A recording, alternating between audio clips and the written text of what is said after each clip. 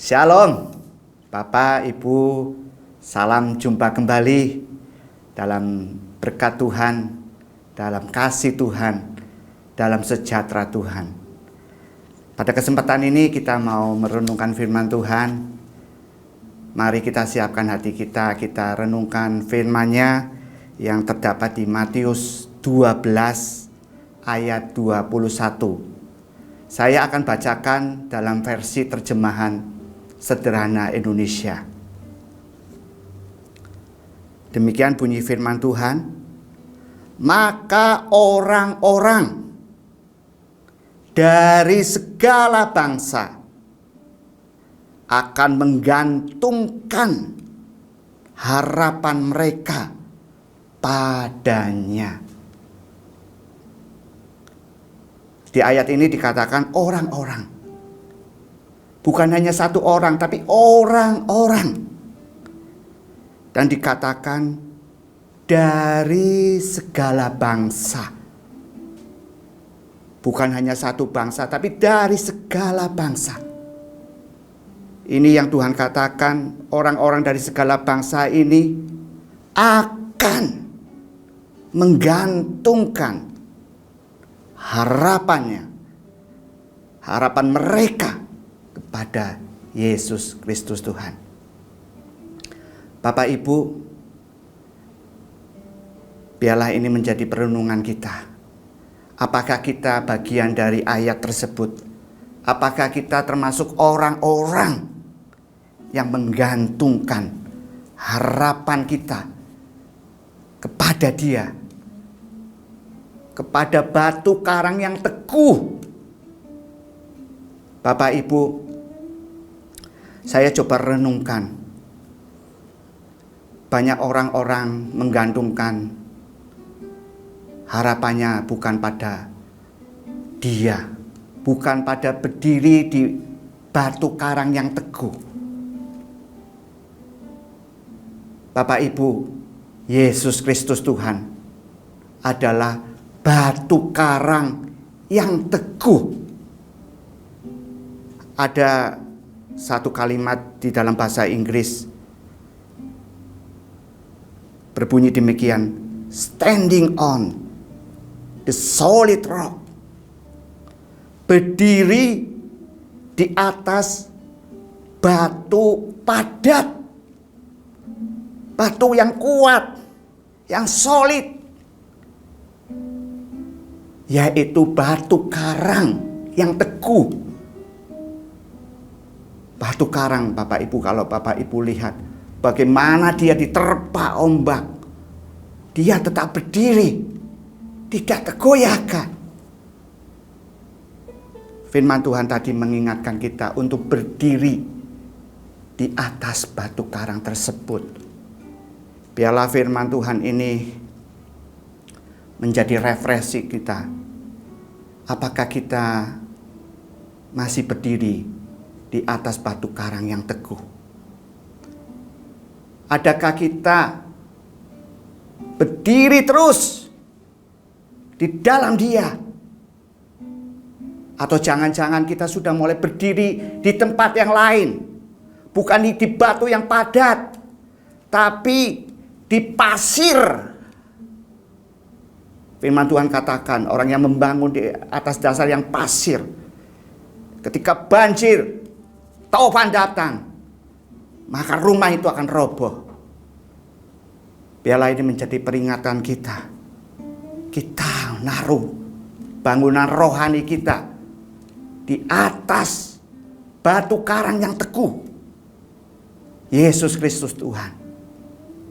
Dia yang punya power. Dia yang punya authority. Dia pencipta kita. Dia juru selamat kita. Saya hari-hari ini teringat kembali dengan suatu pujian lama, di mana refrennya berbunyi, Yesus harapan jiwaku. Saya rindu pada kesempatan ini, Bapak Ibu mungkin pernah mendengar pujian ini, bahkan mungkin pernah memujikan pujian ini. Atau bagi saudara yang baru pertama kali mendengar pujian ini, mari kita puji bersama-sama. Ada teks di bawah ini, ikuti bersama-sama. Kita katakan, Yesus harapan jiwaku. Yesus harapan jiwaku. Yesus pelepas dosaku. Dia pohon selamat dan kesenanganku. Yesus, Dia harapanku.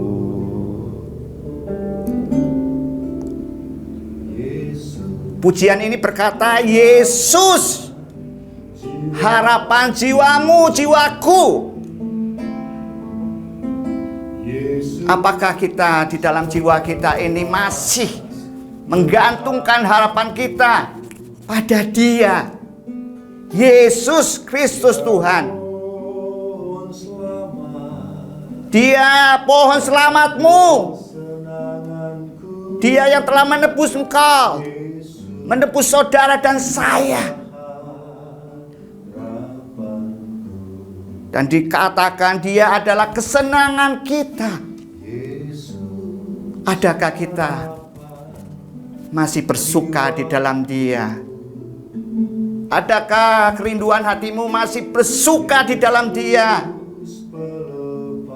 Ingatlah, dosamu telah dilepaskan oleh Dia. Dia pelepas dosamu. Tidak ada yang sanggup melepaskan dosa-dosa kita manusia. Hanya Dia pelepas dosa kita. Haleluya. Yuk kita nyanyi sekali lagi. Yesus harapan jiwaku. Yesus pelepas dosaku. Katakan Dia pohon selamat. Dia pohon selamat dan kesenanganku. Yesus, Dia harapanku. Haleluya, haleluya. Bapak Ibu, mari kita renungkan. Bagaimana kalau seseorang tidak memiliki pengharapan, atau seseorang mungkin mempunyai pengharapan tetapi tidak berdiri, tidak menggantungkan harapannya di atas batu karang yang teguh, standing on the solid rock. Yuk kita baca di Mazmur 42 ayat yang ke-6. Demikian bunyi firman Tuhan. Mengapa engkau tertekan, hai jiwaku, dan gelisah di dalam diriku? Berharaplah kepada Allah, sebab aku akan bersyukur lagi kepadanya, penolongku dan Allahku. Bapak Ibu, kita bisa tertekan, jiwa kita bisa gelisah. Tapi firman Tuhan katakan, ketika engkau gelisah, ketika engkau tertekan, firman Tuhan katakan, berharaplah kepada Allah. Jangan andal kekuatan kita. Beberapa minggu yang lalu kita dikejutkan. Hanya beberapa saat terjadi di Jawa Tengah. Anak-anak muda 3 orang anak muda bunuh diri, Bapak Ibu. Saya tidak tahu yang menjadi kegelisahan hati mereka, anak muda ini. Padahal mereka punya masa depan, punya pengharapan, masa hidupnya masih panjang. Tetapi dia mengakhiri hidupnya dengan cara-cara yang tidak sesuai dengan firman Tuhan. Dia, aku lelah. Seperti firman tadi katakan, tertekan jiwanya, gelisah. Bapak Ibu, berdasarkan data yang sempat saya dengar, bahwa di Jawa Tengah ini prosentase bunuh diri itu yang terbesar di Indonesia. Di Jawa Tengah ini, di tempat kita. Ini menjadi tantangan gereja Tuhan. Bagaimana kita mau menjangkau mereka, menyampaikan kabar baik, menyampaikan Yesus Kristus, Sang Batu Karang yang teguh, supaya setiap orang, anak-anak, remaja, dewasa, orang tua, berdiri menggantungkan harapannya kepada Yesus. Kalau enggak, Bapak Ibu,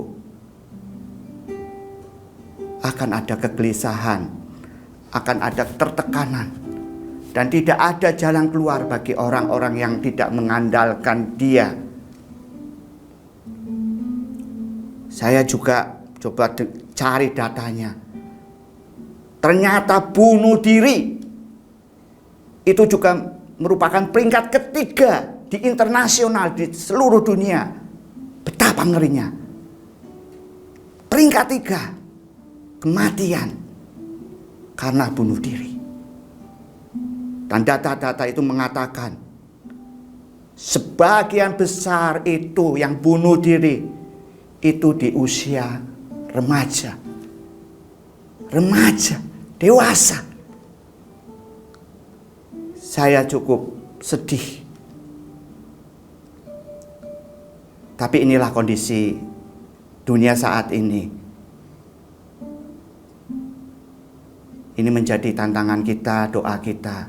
Ayo doakan. Biar semua orang terwahyukan pribadi Yesus Kristus Tuhan. Supaya jiwanya boleh ketentraman. Biar dia datang kepada Tuhan, Sang Juru Selamat. Dia pohon selamat. Semua orang harus menempel pada pohon keselamatan tersebut. Dan dia kesenangan dari umatnya. Tidak ada kesenangan-kesenangan di dunia ini yang dapat tertandingi, yang abadi, seperti kesenangan di dalam Yesus Kristus Tuhan. Tidak ada yang dapat mengisi jiwa-jiwa manusia. Hanya Yesus Kristus Tuhan. Inilah kondisi orang-orang yang tidak menaruh pengharapannya di dalam Yesus Kristus Tuhan. Bapak Ibu, menaruh pengharapan kepada Tuhan itu bukan sekedar kita hanya menggantungkan harapan kita di dalam agama. Sekali lagi, bukan hanya beragama.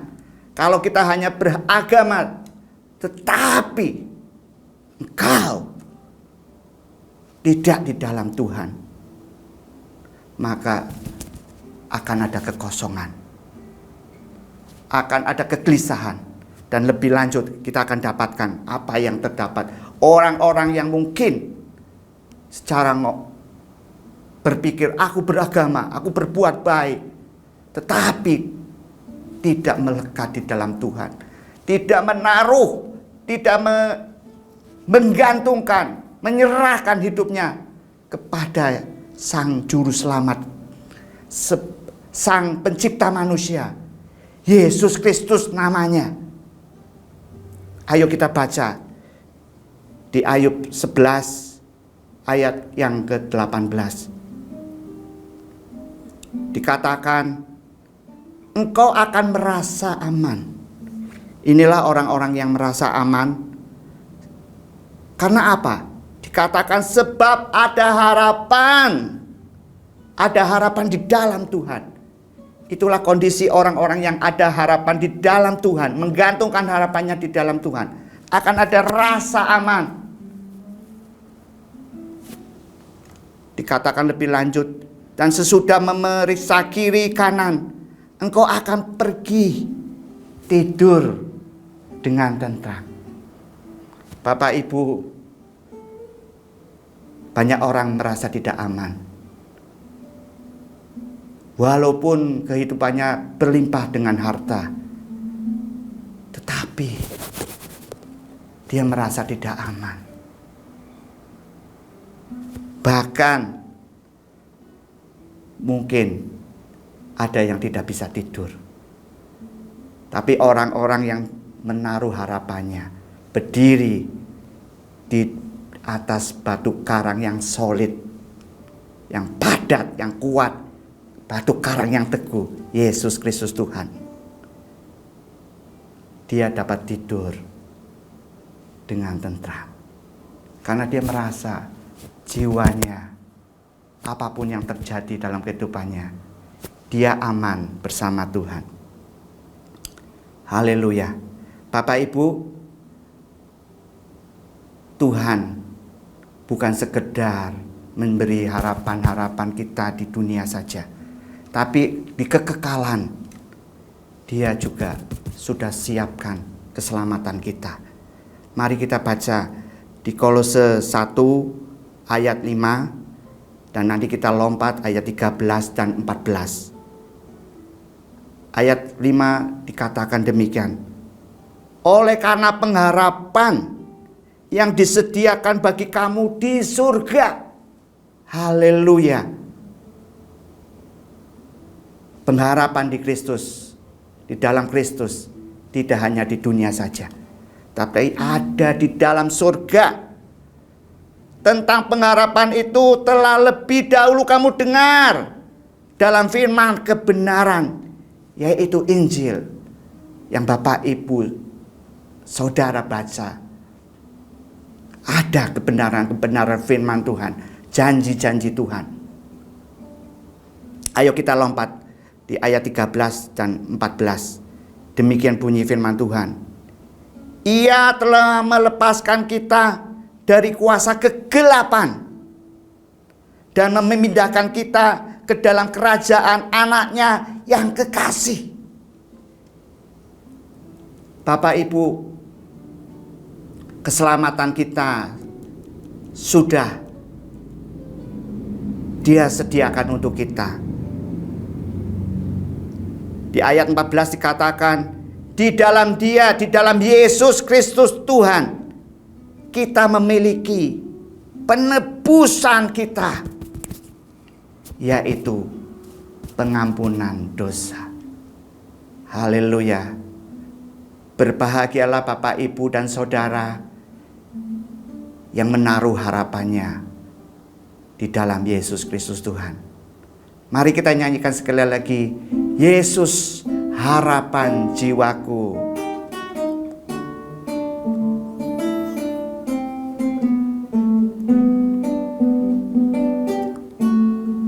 Yesus harapan jiwaku.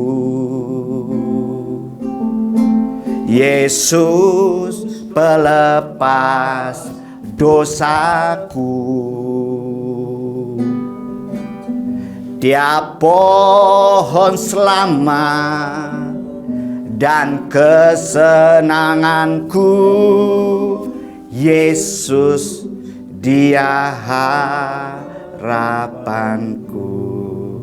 Tuhan Yesus memberkati Bapak Ibu Saudara semuanya. Haleluya.